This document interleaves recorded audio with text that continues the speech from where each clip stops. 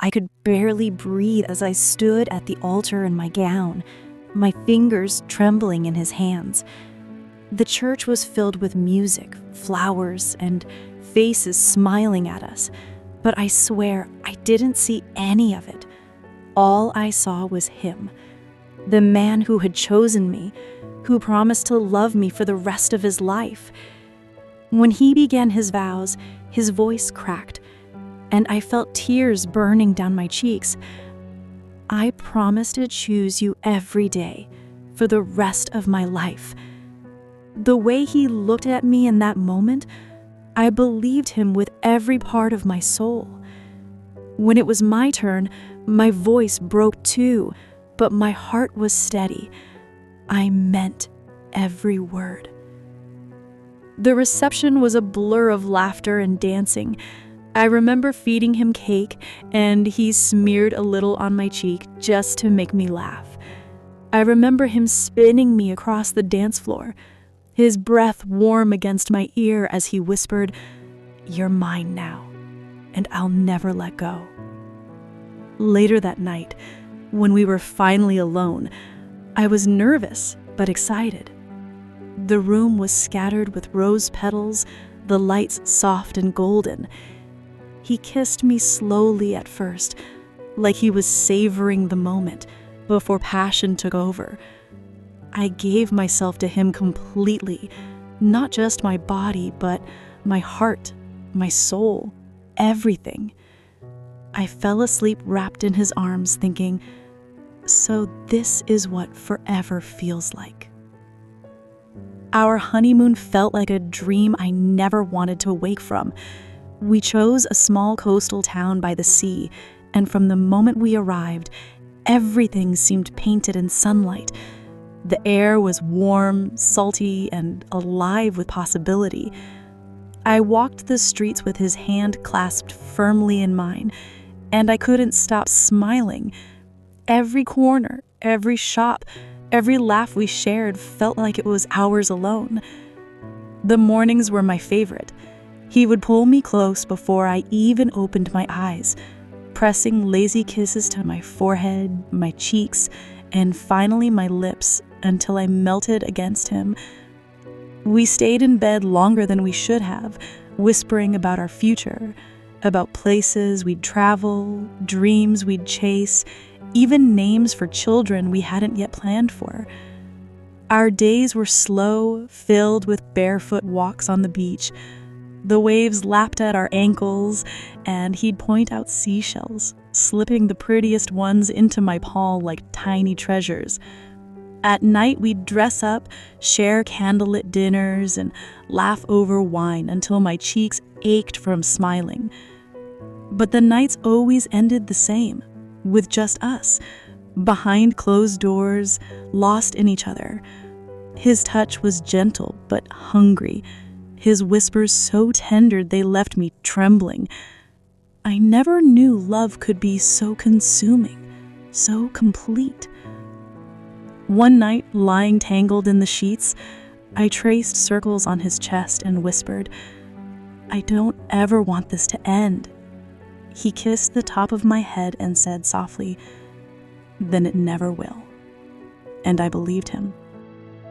Coming back from our honeymoon felt like stepping into another world. The magic of those days by the sea still clung to us, but now there was something even more exciting: making a home together. Our apartment wasn't perfect. The walls needed fresh paint, the kitchen faucet dripped at the worst times, and the bedroom window creaked whenever the wind blew. But when I walked in and saw him there, unpacking boxes with that boyish grin of his, it felt like paradise. We painted the walls ourselves, laughing when he accidentally smeared a streak of cream across my cheek. We argued playfully about curtains, furniture, and colors.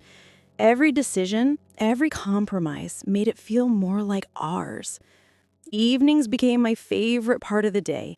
I'd cook while he wrapped his arms around my waist, kissing the back of my neck until I squealed and pushed him away. Sometimes we'd eat on the couch, curled up with popcorn and half watching movies. Other times, we'd dance barefoot in the kitchen to music only we could hear. And when night fell, our bedroom turned into more than just a place to sleep. It became our sanctuary, full of laughter, whispered secrets, and a love so deep it left me breathless. Falling asleep in his arms, I realized it wasn't just the big moments that mattered. It was these little, ordinary ones that stitched our lives together. Piece by piece, moment by moment, we were building a life, and I thought it would last forever. As the months passed, our love grew into something even deeper, something steady and sure. We had slipped into a rhythm, and it felt like we were made for this life together. I loved our busy days, but it was the quiet nights that meant the most to me. We would curl up in bed, my head on his chest, listening to the steady beat of his heart. In those moments, he would whisper about the future, how he dreamed of us having children one day, how our little boy might inherit his stubbornness, or how our little girl would have my smile. I would laugh, teasing him about the silly names he came up with, but inside, I felt my heart swell. On weekends, we chased adventures. Sometimes it was a long drive to nowhere just to watch the sun set over a hilltop. Other times it was wandering through noisy markets, buying snacks we didn't need, his fingers always laced through mine. Even the smallest trips felt magical because he was beside me. And at night, when his lips pressed against mine and his touch became a promise, I knew he wasn't just making love to me. He was telling me in every breath that forever had already begun. He made me believe we were untouchable, that love like ours was strong enough to protect us from anything. And with him beside me, I believed it with all my heart. 2 years passed so quickly, yet every day with him felt like a new beginning. Our little apartment had become a gallery of our love. Photos from road trips, a framed postcard from our honeymoon, and silly Polaroids stuck to the fridge. Every corner held a memory. Every room echoed with laughter. On the morning of our second anniversary, I found roses waiting on the dining table and a letter tucked into my pillow. His handwriting was uneven, his words simple but heavy with love. These 2 years have been the happiest of my life. If tomorrow never came, I would still be grateful because I had you. I pressed the note to my chest and cried, overwhelmed by how deeply he loved me. That evening, he took me to dinner. I wore the dress he always said made me glow, and he stared at me like I was the only woman in the world. We laughed, we held hands across the table, and when he leaned close, his voice was soft. Here's to forever, my love. Back home, the celebration continued in the most intimate way. His kisses were slow, his touch tender yet consuming. That night, we loved each other as if it were both the first time and the last.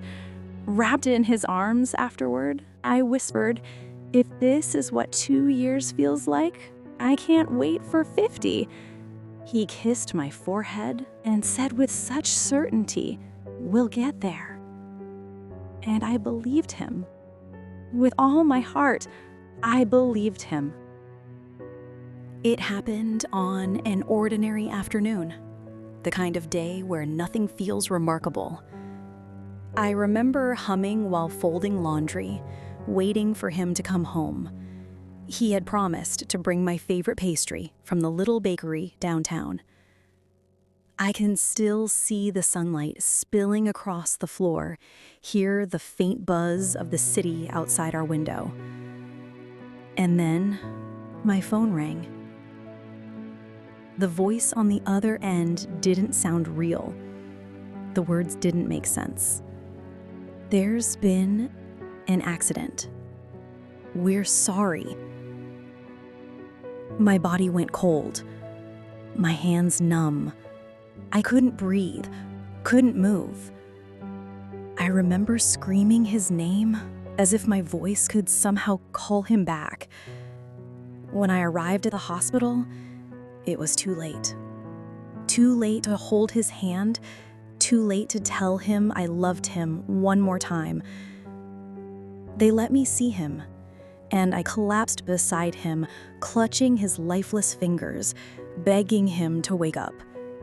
His skin was already cool, his lips pale, but I kissed them anyway. That night, the world ended for me. Our home turned into a tomb of memories. The roses from our anniversary still blooming on the table. His letter still tucked under my pillow. Everywhere I looked, he was there. And yet he was gone. I had always believed love made us untouchable. But in one shattering moment, life proved me wrong. The days after his death blurred into one another, like a nightmare I couldn't wake from. I remember sitting on the couch in the dark, the curtains closed, the television on, but silent. His shoes were still by the door, his jacket still hung on the chair, and I couldn't bring myself to move them. It felt like erasing him. Everywhere I turned, he was there. His toothbrush beside mine, the coffee mug he always reached for in the morning, even the faint smell of his cologne on our bed sheets. I would press my face into his pillow and inhale until I sobbed so hard my body shook. People told me to be strong, to eat, to take walks, to move forward. They didn't understand. My world had ended, and theirs had not. I didn't want to eat. I didn't want to move forward. I only wanted him. Nights were the worst. I'd reach across the bed and find only emptiness. I missed his warmth, the way he wrapped me in his arms, the way he whispered, "I love you," before sleep carried us away. Now, silence filled the room, heavy and suffocating. I told myself I would never love again. No one could touch me the way he did. No one could see me the way he saw me. My heart wasn't just broken, it was buried with him. Time didn't heal me. It only dulled the edges of pain. People kept saying, "It will get better." But they didn't see how each sunrise was just another reminder that he wasn't here. I moved through the days like a ghost. I went to work, smiled when I was expected to, and nodded when people spoke. But inside, I was empty. I wasn't living. I was surviving. At night, the silence was unbearable. I'd find myself replaying our moments over and over. The sound of his laughter, the way his fingers traced lazy patterns on my skin, the tenderness of his kiss. Memories became both a comfort and a torture. They reminded me of how full my life once was and how hollow it had become. Friends invited me out, tried to distract me, but crowds only made me feel lonelier. I would come home, close the door, and collapse in tears, whispering to him as though he could hear me. I prayed for a dream where he would appear, even just for a fleeting moment. I didn't know who I was without him. He wasn't just my husband. He was my anchor, my safe place, my forever. And now, forever felt like an endless stretch of emptiness. People kept telling me, "You're still young, one day you'll meet someone else." But every time I heard those words, my heart clenched in anger. They didn't understand. Love like his doesn't happen twice. He wasn't just a chapter in my life, he was the whole story. I would sit by the window at night, staring at the stars, wondering if he could see me. I whispered confessions into the darkness, promises I knew he'd never hear. My heart was chained to him, bound by memories too precious to ever let go. When friends encouraged me to move on, I wanted to scream. How could I move on from the man who taught me what love really meant? From the one who kissed my scars, held me through storms, and made me believe I was enough?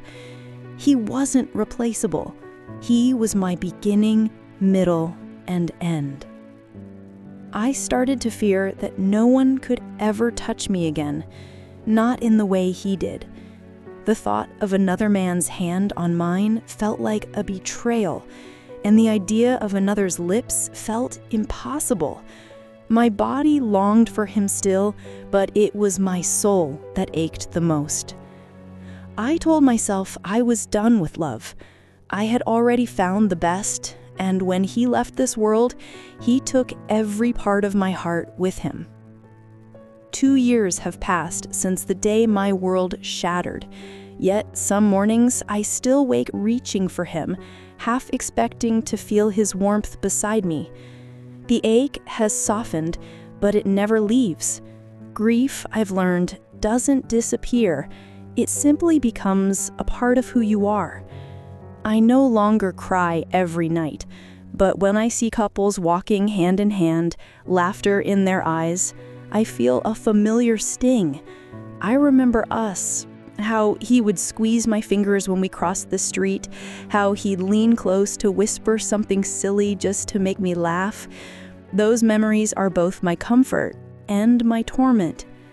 I don't believe I will ever love again, not because my heart is closed, but because it already gave everything it had to him. He was my great love, the one who showed me what passion, tenderness, and true devotion meant. No one else could fill that space, and I don't want them to.